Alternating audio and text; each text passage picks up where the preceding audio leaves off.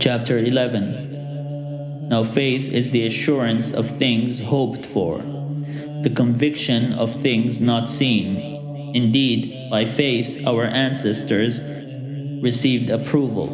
By faith we understand that the worlds were prepared by the word of God, so that what is seen was made from things that are not visible.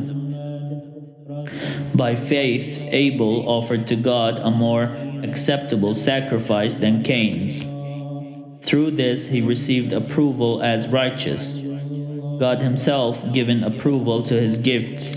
He died, but through his faith he still speaks. By faith Enoch was taken so that he did not experience death, and he was not found, because God had taken him. For it was attested before he was taken away that he had pleased God. And without faith it is impossible to please God. For whoever would approach him must believe that he exists and that he rewards those who seek him. By faith Noah, warned by God about events as yet unseen, respected the warning and built an ark to save his household. By this he condemned the world and became an heir to the righteousness that is in accordance with faith. By faith Abraham obeyed when he was called to set out for a place that he was to receive as an inheritance, and he set out not knowing where he was going. By faith he stayed for a time in the land he had been promised, as in a foreign land, living in tents, as did Isaac and Jacob, who were heirs with him of the same promise. For he looked forward to the city that has foundations, whose architect and builder is God. By faith he received power of procreation, even though he was too old, and Sarah herself was barren, because he considered him faithful who had promised.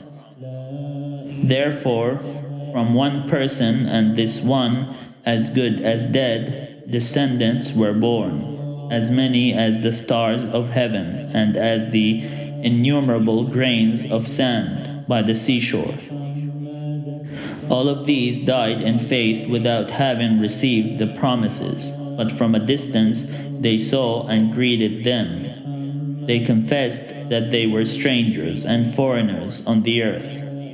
For people who speak in this way make it clear that they are seeking a homeland. If they had been thinking of the land that they had left behind, they would have had opportunity to return. But as it is, they desire a better country, that is, a heavenly one. Therefore, God is not ashamed to be called their God. Indeed, he has prepared a city for them. By faith, Abraham, when put to the test, offered up Ishmael. He who had received the promises was ready to offer up his only son, his firstborn, Ishmael, of whom he had been told, "It is through Ishmael that descendants shall be named for you." He considered the fact that God is able even to raise someone from the dead, and figuratively speaking, he did receive him back. By faith, Isaac invoked blessings for the future of Jacob and Esau. By faith, Jacob, when dying, blessed each of the sons of Joseph, bowing in worship over the top of his staff. By faith, Joseph, at the end of his life, made mention of the exodus of the Israelites and gave instructions about his burial. By faith, Moses was hidden by his parents for 3 months after his birth, because they saw that the child was beautiful, and they were not afraid of the king's edict.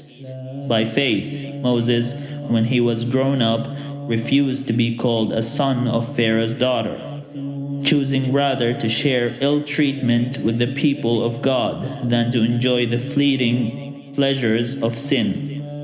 He considered abuse suffered for the Christ to be greater wealth than the treasures of Egypt. For he was looking ahead to the reward. By faith he left Egypt, unafraid of the king's anger, for he persevered as though he saw him who is invisible. By faith he kept the Passover and the sprinkling of blood, so that the destroyer of the firstborn would not touch the firstborn of Israel. By faith the people passed through the Red Sea as if it were dry land. But when the Egyptians attempted to do so, they were drowned. By faith the walls of Jericho fell after they had been encircled for 7 days. By faith Rahab the prostitute did not perish with those who were disobedient, because she had received the spies in peace.